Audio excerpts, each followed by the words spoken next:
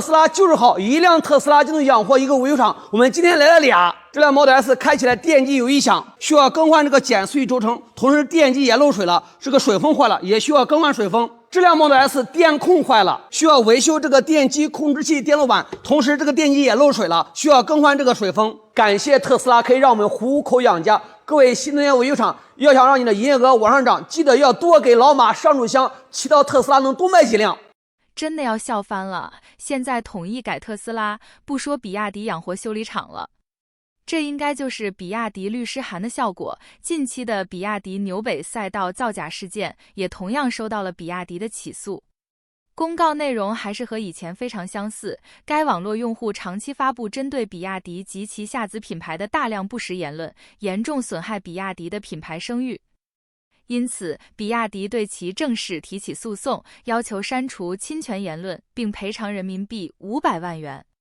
应该是固定的模板，没有具体说哪里有问题，哪里错了，哪里抹黑了，直接上来就是500万。被起诉的这位微博网友也是很倔强，他表示这个世界真正有公信力的东西并不多，纽博格林北环恰好就是其中之一。在面对纽博格林北环的一切问题上，希望大家能做到统一标准。不能一边认可纽博格林北环的公信力，一边又要求人家顺应时代修改规则，然后发表一些模棱两可的话术。比亚迪大可以坦坦荡荡地说，我们现在是以原型车的身份取得的成绩，但是我们正在积极申请量产车的相关认证，将来也许能拿到，也许拿不到。你先听这声音，这到底是什么啊？这是台车，当然最离谱的在后面，一会儿你可以看一下。不要问我什么车，我不知道。你要知道这个世界变了，你指出问题，你有可能会被起诉；你出现问题，只要找一堆 KOC 出来洗白就可以。来看一下最离谱的。智慧客服拨号失败，果然很智慧。在比亚迪的车需要救援的时候，扫码充钱才能得到救援服务。不知道这个收费电话的费率是多少？是按秒还是按分钟收钱的呢？有网友就表示，如果一个硬币正面有图案，反面什么都没有，不用找人鉴定，它一定是假币。车企也一样，如果你们从平台上看见的都是正面的消息，没有一点负面，你觉得它质量能好到哪儿去？有的车企喜欢解决掉那些提出问题的人，但是架不住质量问题太多呀。也有很多人说自己比亚迪没问题，如果真那么懂车的话，身边就没有一个 4S 店做售后的朋友吗？就不认识一个 4S 店售后经理吗？好不好？你打电话问问他呀，问问他你们家索赔多不多呀？当然可能不叫索赔，可能叫升级。有时候为什么劝你说买个合资车？因为出了问题，你发个视频，一帮人帮着你骂车企。你说你要买一个吊打碾压，你发个视频说有啥问题，可以看看下面那些评论。有时候觉得就刷到这些故障视频的人都有错，都应该给车企道歉。刚交的全款转天就倒闭了。对，刚交的全款转天就倒闭了。把您买车的经过跟大伙说一说呗，您放心，大伙不会笑话您的。我是5号交的全款，交的定金，然后10号交的全款，10号还嘚瑟呢，想当集约车主，结果他11号就倒闭了。提车当天，交付说我的车已经上板车了，但是我等了好久都没有，然后我就给司机师傅打电话，他说不给我车了，因为集约那边不会给运费了，如果我想要车的话，只能我自己给运费。在这过程中，我报了警，与警察一块儿处理的，没有交车仪式，自己掏了756的拖车费。万幸车是提着了，您买的是哪个版本？方便说一下吗？我买的是那个219900的那版。您之前开什么车？我之前开了一辆奔驰 E， 换的这个。对，我卖了我的奔驰 E 换的这个。我看有网友说你糊涂呢。我不糊涂，我还挺喜欢的。买之前有看过别的车吗？看过，就是那个纯电的车都看了，然后当时比较中意的是 G9， 小鹏的 G9。最终还是喜欢买这个。对，那您后悔吗？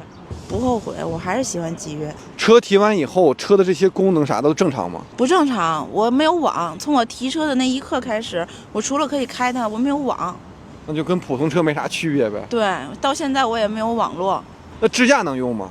支架可以简单的用一下，就是我手机连热点，但是不是那么不是那么好用呗。对，跟之前宣传的差距特别大。对，并且我应该是唯一一个交付了车却没有售后群的车主，我没有售后群，我不知道我的车出了问题去找谁，也找不着主子了。对，姐，我看你这个状态，这个车就打算当个普通车开呗？对，现阶段的话，就看吉利和百度那边怎么给我们车主解决了。然后呢，这个车就现在就先这样开着吧。车是好车，车特别好，性能和操控都很好，非常满意。非常满意。你说是比你的奔驰还好开吗？就比我奔驰还好开，好开又省钱。姐，那下一步咋办呢？我就先这样吧，等着人家回复。我先处理我那个烂尾楼的事儿。最后一句真的绷不住了，我先处理我烂尾楼的事儿。烂尾车和烂尾楼同时拥有，也算是人生赢家了。吉悦汽车倒闭的最新消息是，它的2个大股东百度和吉利，一个负责智驾系统，一个负责售后，并且负责员工的工资和社保缴纳等。这也是在事情发生之后，紧急给自己生的崽来擦屁股。现在还有很多员工在吉悦总部维权。之前给吉悦在平台吹牛逼、做宣传的也来维权。这么说，给车企吹牛逼还是有风险的，这次就白吹了，还搭进去几千万。在百度和吉利的声明当中，他们说推进其他事宜的合理合法解决。什么叫做合理合法解决呀？5000员工直接裁掉了98%，只保留100名左右的运维人员，社保公积金和财运赔偿全没，这样的斩立决肯定是违法的，负面影响也太大。换成分批裁员，慢性死亡就不一样了。从另一个角度来看，百度人家有萝卜快跑，吉利呢人家有极客汽车，基本上都上正轨了。而吉悦汽车折腾了几年，卖出去的车只有14000来辆，离盈亏平衡点差得远了。人家头部车企1周销量就有这么多，随着新能源汽车淘汰赛的到来，成为炮灰的概率也越来越高。换作你是投资者，也会选择及时止损。经过本次丑闻，一个消费者的心得有多大，还敢买吉悦的车呀？供应商的胆子腿有多肥，还敢跟他们合作呀？现在员工只能等2家股东腾出一些岗位来接纳自己，这恐怕是他们唯一能够做的事情了。按理来说，吉悦汽车完全可以多撑一段时间的，在过去的3年多的时间里，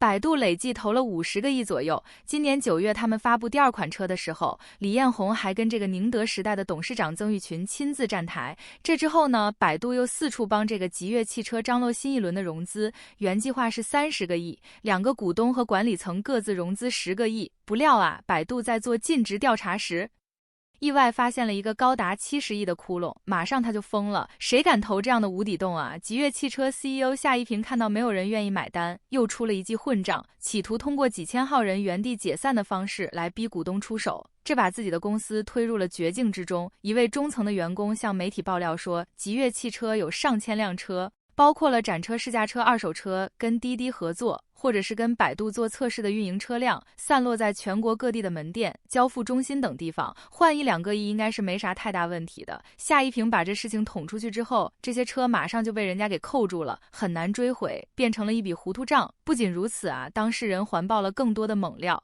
吉悦汽车崩盘前，夏一平是一个不计成本的人，比如做了很多的火锅局，请车主吃火锅，每场活动都得花50万元以上，用公司资源给自己打造账号，砸了很多的钱。之前做自动驾驶的这个浮桥测试，宣传节约视觉能力，一场下来能烧掉700-800万，这些从一些侧面也得到了一些证实。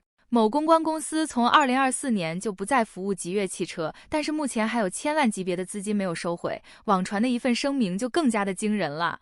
浙江星堂文化传媒公司于今年的6月份跟吉悦汽车签订了官方直播间的代运营无协议，7月签订年框投放协议，不到半年的时间，后者就已经拖欠了3700万的直播广告投放定款，这是做生意的样子吗？在创立吉悦汽车之前，夏一平做过摩拜单车的联合创始人兼首席技术官。如果不是卖得快，现在的摩拜估计跟小黄车差不了太多了。有媒体报道说，吉悦员工群和社交媒体流传着下一批违规使用供应商涉嫌贪腐，将家属以新加坡等等的传言，如果这些真坐实的话，恐怕够他喝一壶的了。许多创业者经常抱怨资本不给自己投钱，现实当中我们也看到不少无良的人员啊，拿到了这个风投的钱不知道珍惜，疯狂的去挥霍，最终导致企业不是因为市场不行倒掉，而是死在他们的贪欲里。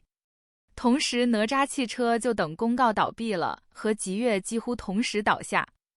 它们有一个非常明显的共性，都是因为现金流断裂在年底倒下的。后面还有很多车企会一一倒下，因为在这个汽车行业里有非常多的环节，提前能看出一些问题来，包括供应商的供货、坏账回款，或者企业内部的人事变动。但是这些信息一般不会面向大众的。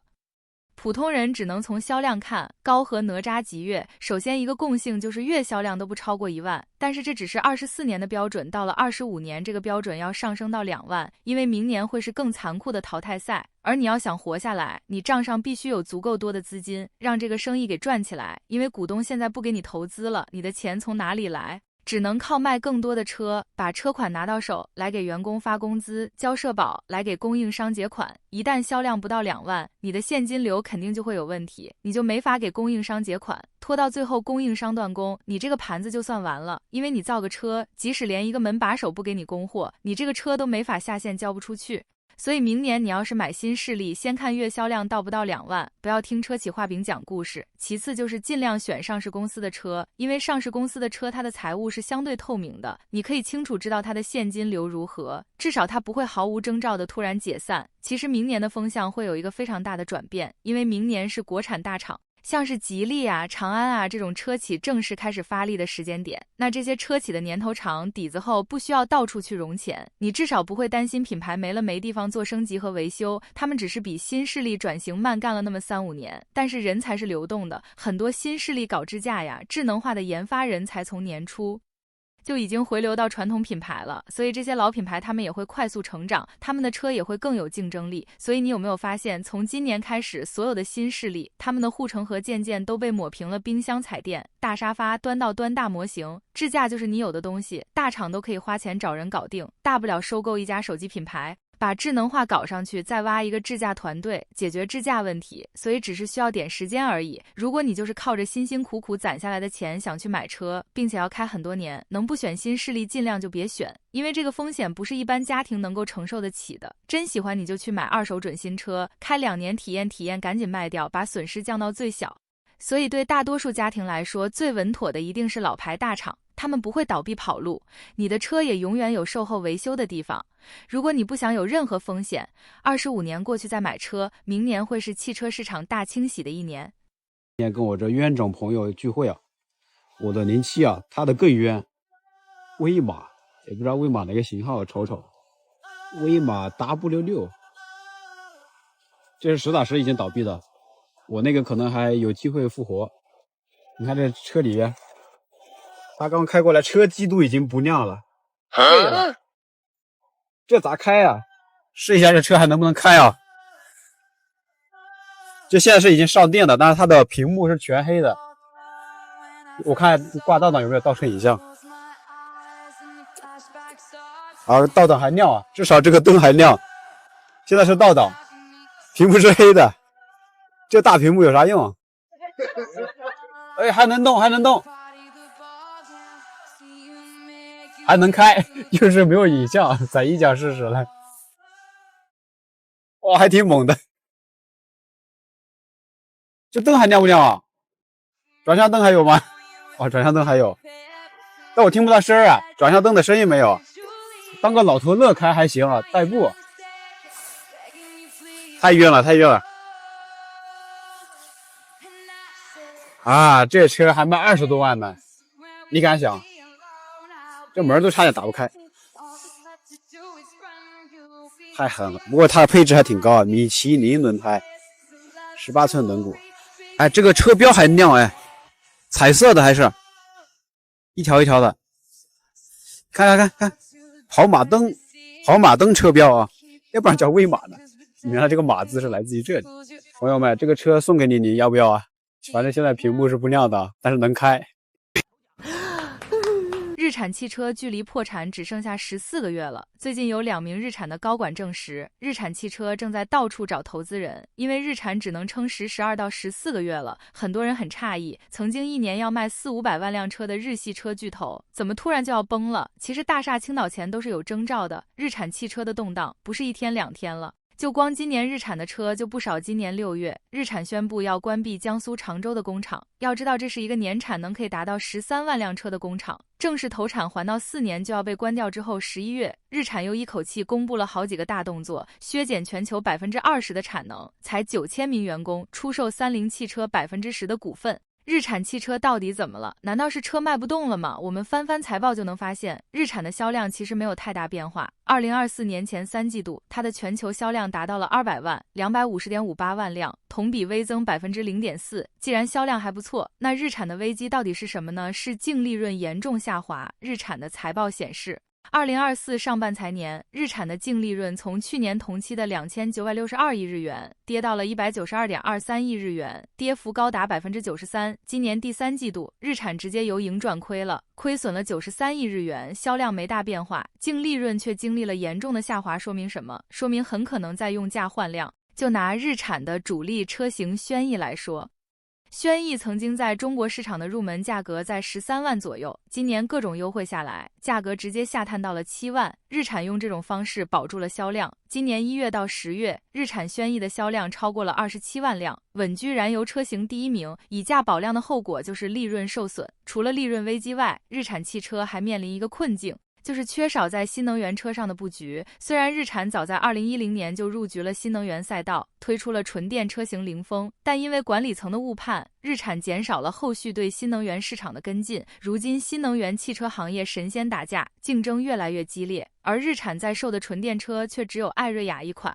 今年上半年这款车的销量还不到1700辆，日产可能也是意识到了布局新能源的重要性，这才宣布未来3年将在中国市场推出8款新能源汽车。但几个月过去，还没有任何相关的好消息传出来，不知道日产汽车在新能源车上落下的功课还能不能补得起来呢？在国内这样的一个极度内卷的地方，还是希望日产能在国内存活。尽管现场很多合资车价格腰斩，国内网友还特别兴奋，又赢了。但是仔细想一下，卷到最后受伤的到底是我们国内的合资方，还是国外的合资方？受伤的是人家国家的老百姓，还是我们国内的老百姓？他价格腰斩，他狂的降价咋的？你不降价呀？有些车企的，你们平均售价是多少？心里没点数。卷到最后卷的是什么材料、人工成本、汽车质量？往小了说，大家会购买一个故障率增加的一个破车，往大了说，合资车的福利的待遇，说句不好听的，都是国内某些车企的衬托。他从合资车车企离职，他可以体面的拿到一份补偿，平常工资待遇也不低。我们很多国人在合资车上班，那是为了生活，那有些国内的车企，国人在里边上班是为了生存。那能一样吗？而且记住，有一个商品，如果它真卖的特别的好，质量特别好的情况下，我不相信这个商家会主动降价。国内如此，国外如此，历史上也会如此。那有些车为什么卖得好还要降价？因为有可能它的资金流是不能断的，就这么简单。2句话来概括一下，咱们贵阳市发展的目标是什么呢？就一句话，让贵阳的老百姓生活的更加的幸福美满。经查，陈燕丧失理想信念，背弃初心使命，政绩观错位，不落实党中央重大决策部署，